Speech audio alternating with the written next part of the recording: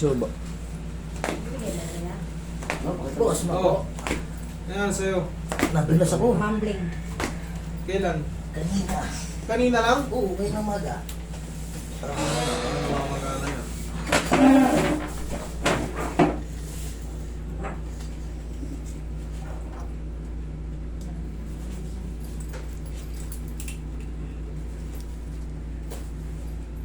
Ano ko malaman?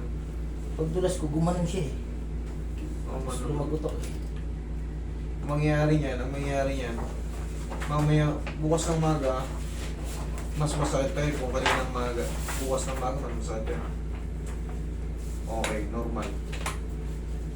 Lipit lang yan yung ligaments. Pero mag-expect ka pa rin, kahit maayos ko ba yan, mananatiling may maga yan. Kasi automatic magre-retaliate yung nangyari kaninang maga. Kaya wala ka pang aasahan na, oh, ba, mas maganda na. Pero masakit pa rin, lalo bukas ng umaga, yun talaga yung pinakamasakit niya. Kaya hindi mo maidiin. Ganon pa rin yan. I mean, maayos natin yan, pero huwag ka muna mag-expect na hindi mawawala yung sakit niya. Mawawala ka agad yung sakit niya. Hindi ka dyan. Paano ka ba nadulas? Pag ganon. Pag ganon? Tapos ito, gumanon. Yan, pag ganon. Oo. Okay. Okay. Paluin natin palabas. Sige, Tatanggalin ko yung benda. sige ako na, higa ka. Kala. Eh. Baka maihig ka. Yan. Sakit. Sobrang magana.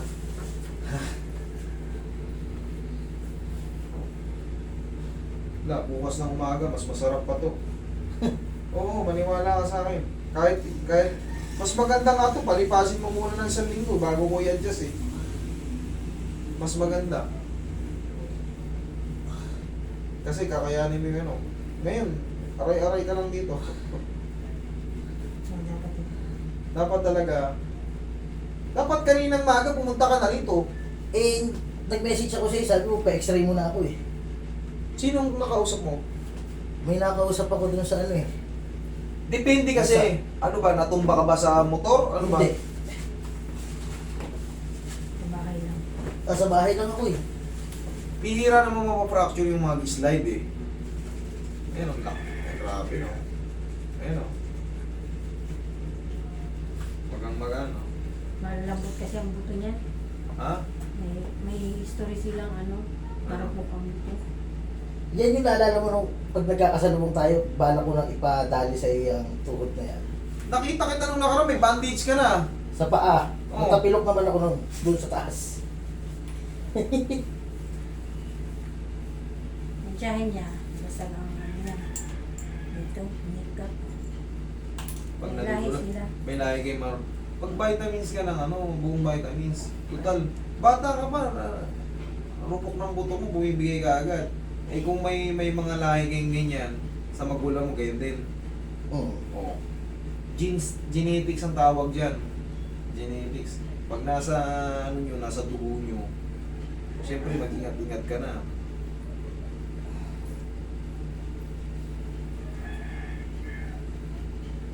Walang kapag-aasahang ginawa rito. Bukas pa ang pinaka-sobrang sakit lalo nito. Maniwala kayo sa akin. Dapat to. Pero dito kapitbahay ko lang kasi ito eh. Pero kung kanina niya ito nadala, yung kasagsagan pa ng ganun ka ng ganun, aray.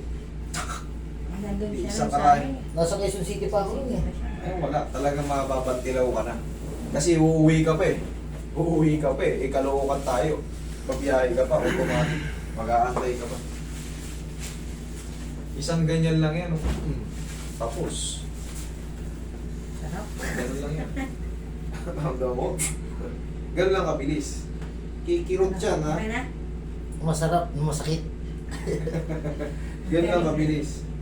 Ito kasi, magana to yan. Kita mo naman. Pero, mas maganda kasi pag nahata ka agad. Pero, yun nga, nandyan na yung pamamaga, hindi yan kagad sisingaw. Magtitiis ka pa ng ilan linggo dyan. 2. Paano maganda pag gawin, boss? Pahinga ka muna. After 1 week, balik ako sa'yo. 2 weeks. 2 weeks. Kunti na lang yan. 2 weeks. 2 weeks, kunti na lang yan. Para kayang-kaya mo na. Tingnan mo, hindi ko na pinitik. Bakit? Masasaktan ka lang. Hinata ko lang para maluwag pa naman yan. Hinata ko lang para pumantay. Kasi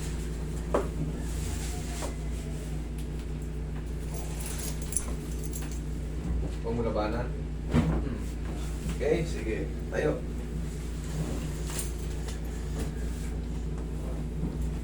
aray.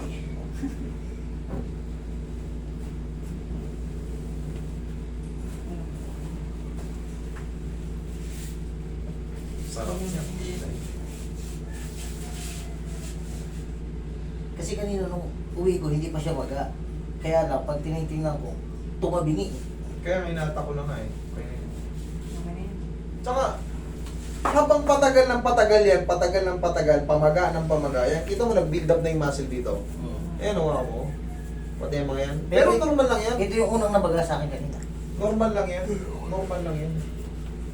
Nung nadulas Basta- ako, ito yung kauna-unahan niyang nabaga sa kanya. Pagkaraniwan na yan eh, nadulas ka. Pagka nandiyan ka lang naman eh. Oo, Balik ka na dito.